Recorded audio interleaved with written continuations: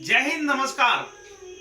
29 news में आपका स्वागत है। आप देख रहे हैं 29 न्यूज। आज आपके सामने खास मुद्दा पेश कर रहा हूं, छोटी काशी के नाम से प्रख्यात शहर फलौदी का। आप देखते हो, हमेशा हम विशेष ज्वलनशील मुद्दे के लिए लाइव आते हैं और आपको अवगत करवाते हैं। आज मुद्दा यह है कि एक अशोक बिश्नोई नाम के युवक की हत्या हो गई है। वो हत्या फलौदी के किसी असामाजिक तत्व ने की है और उसमें एक नशा मुक्ति केंद्र का संचालक का भी नाम सामने आ रहा है। और वो उनका नाम उसने जो युवक की हत्या की उसने अपने पहले फेसबुक लाइव आके बताया है। अब मुद्दा यह है कि राजस्थान की पुलिस जहां एक और आनंदपाड़ का अमावस्या की रात्रि को एनकाउंटर करती है, दूसरी ओर जब साक्ष्य सामने है, लेकिन फलौदी के अशोक बिश्नोई नामक युवक की हत्या की गुत्थी सुलझाने के लिए एक डीएनए का हवाला देती है। आज हम डीएनए इन विभाग का करते हैं। जब साक्ष्य सामने है कि पुलिस को गाड़ी मिली तो गाड़ी के जो नंबर है आरटीओ की साइट पे जाकर के आप देख सकते थे कि गाड़ी किसकी है, तो आप उस परिवार से पता लगा सकते थे। लेकिन नहीं, आप पुलिस का, इन परिवार का एक आरोप है, मैं नहीं लगा रहा हूं, मैं पुष्टि भी नहीं कर रहा हूं, लेकिन परिवार का आरोप है कि इन्हीं का ही एक पुलिस कोई कांस्टेबल उन क्रिमिनलों से मिला हुआ है। तो मेरा एक ईमानदार थाना अधिकारी राकेश ख्यालिया जी से निवेदन है, वैसे भी पुलिस के ऊपर अंगुलियां खूब उठ रही है और कुछ जगह ये सच्चाई भी है, और हम ये कह भी सकते हैं कि पुलिस स्वतंत्र नहीं है। कहीं न किसी राजनेता का हाथ भी पीछे है।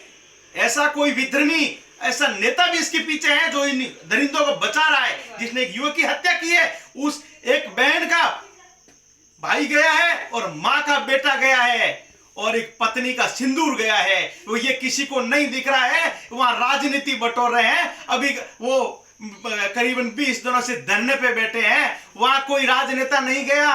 एक एडीएम हाकम खान जी, आपसे भी निवेदन कर रहा हूं, आप जब मुसलमानों ने धरना दिया था आप पहुंच गए, लेकिन इस किसान परिवार के लिए आपके पास समय नहीं मिला। हाकम खान जी, आपकी छवि सामने आ रही है। हमने आपको आरएस समझा था, लेकिन आप आरएस के बेस के अंदर जातिवाद भी दिख रहा है। आप क्यों नहीं गए? ये सवाल आपके ऊपर खड़े हो रहे हैं। अब हम आपसे सवाल कर रहे हैं कि पुलिस की कार्य प्रणाली, पुलिस एक ईमानदार अधिकारी है, लेकिन उसका टीम वर्क बिल्कुल कमजोर है और कहीं ना कहीं टीम वर्क के भी हाथ इसमें शामिल हो सकते हैं। आप अंदाजा लगा सकते हो, मोटरसाइकिल से 100 की शिनाख्त नहीं हो पाई और एक और भंवरी देवी के हड्डियों की शिनाख्त कर रही है पुलिस। सीबीआई जांच, ऐसी सीबीआई अधिकारियों की जांच की मांग क्यों करनी पड़ रही है? ऐसे छोटे लेवल के अधिकारी और कर्मचारियों की वजह से करनी पड़ रही है। आपको जब एक लाश में ये मिली थी और पास में मोटरसाइकिल मिली थी, आप इस मोटरसाइकिल से आरटीओ पे शिनाख्त कर सकते थे किसकी है, परिवार को सूचित कर सकते थे, लेकिन आपने आनंद फान में 100 को जला दिया।